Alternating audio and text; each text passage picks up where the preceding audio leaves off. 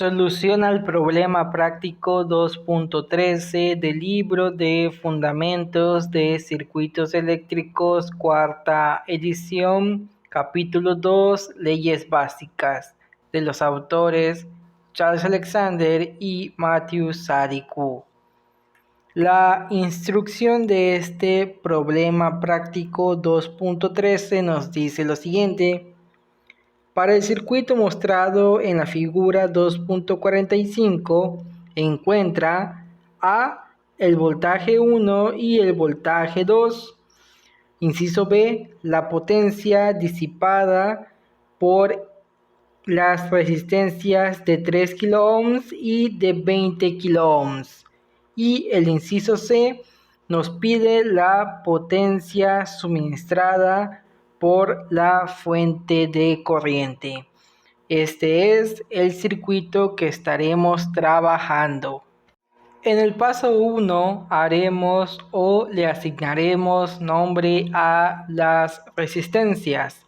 En este caso yo he creado el mismo circuito en el simulador LT Spice 17 y ha quedado de la siguiente manera y con la siguiente nomenclatura, y iremos trabajando con este circuito. En el paso 2 vamos a combinar en serie las resistencias R1 y R2. La operación quedaría de la siguiente manera.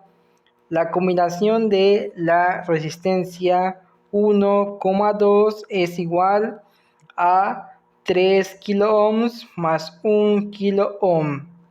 Eso da como resultado que la resistencia 1,2 es igual a 4 kΩ.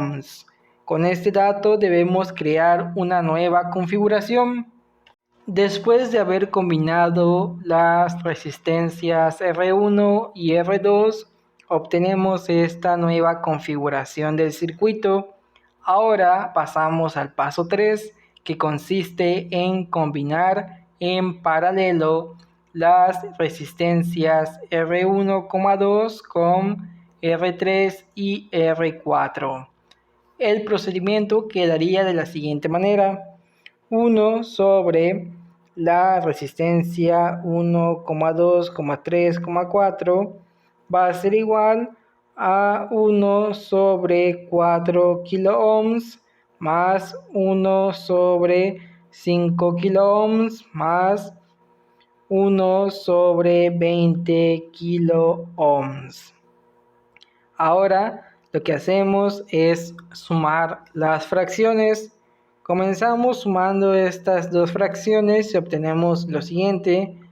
1 sobre la resistencia 1,2,3,4 va a ser igual. Y bueno, en el denominador ponemos la multiplicación de 4 kΩ por 5 kΩ. Y eso da como resultado 20 kΩ elevado a la 2. Ahora en el numerador ponemos la suma de 5 más 4 y eso da como resultado 9 kΩ. Ahora agregamos la fracción que nos faltó, que es 1 sobre 20 kΩ, y ahora hacemos la suma de estas fracciones y obtenemos lo siguiente.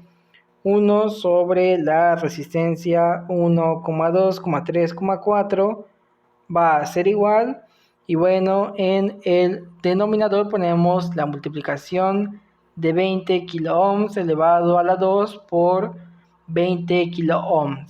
Eso da como resultado 400 kΩ elevado a la 3.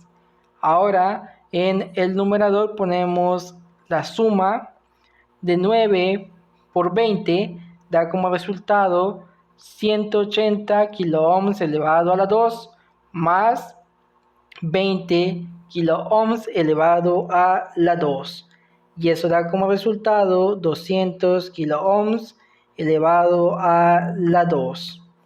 Como van a ver, aquí nos va a quedar la resta de los exponentes, y en el denominador los ohms nos van a quedar elevado a la 1. Aquí realizamos la división de 200 entre 400 y eso da como resultado 1 sobre 2 kilo ohms elevado a la 1. Ahora apuntamos 1 sobre la resistencia 1,2,3,4 es igual a lo siguiente. Ahora a esto le aplicamos el recíproco o el exponente elevado a la menos 1 para que lo que tenemos en el denominador pase al numerador para finalmente obtener que la combinación en paralelo de las resistencias 1,2,3,4 es igual a 2 kilo ohms. Y ya con este nuevo dato debemos armar una nueva configuración. Después de haber combinado todas esas resistencias en paralelo, obtenemos esta nueva configuración. Ahora lo que debemos hacer es el paso 4, que es obtener el voltaje entre la resistencia R1,2,3,4. Por lo tanto, la operación quedaría de la siguiente manera. El voltaje va a ser igual a la corriente por la resistencia. Sustituimos los datos y obtenemos que el voltaje va a ser igual a 10 por 10 elevado a la menos 3 amperios por 2000 o 2 por 10 elevado a la 3 ohms. Por lo tanto, el voltaje va a ser igual a 20 voltios. Y este dato nos va a servir para los siguientes pasos. Ahora pasamos al paso 5, que es regresar a la configuración del paso 2, debido a que las resistencias R1, 2, R3 y R4 están en paralelo, por lo tanto su voltaje es el mismo. En este caso ya he apuntado los voltajes de todos los elementos que tenemos y el voltaje de todos los elementos que tenemos en esta configuración están en paralelo, por lo tanto su voltaje es de 20 volts. Ahora, si se preguntan de dónde salieron estos 20 volts, bueno, los obtuvimos en esta configuración. Al deshacer esta combinación, todas las resistencias quedan en paralelo y por lo tanto el voltaje es de 20 volts.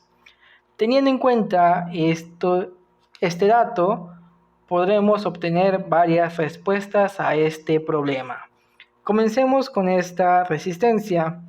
En esta resistencia nos piden obtener su potencia.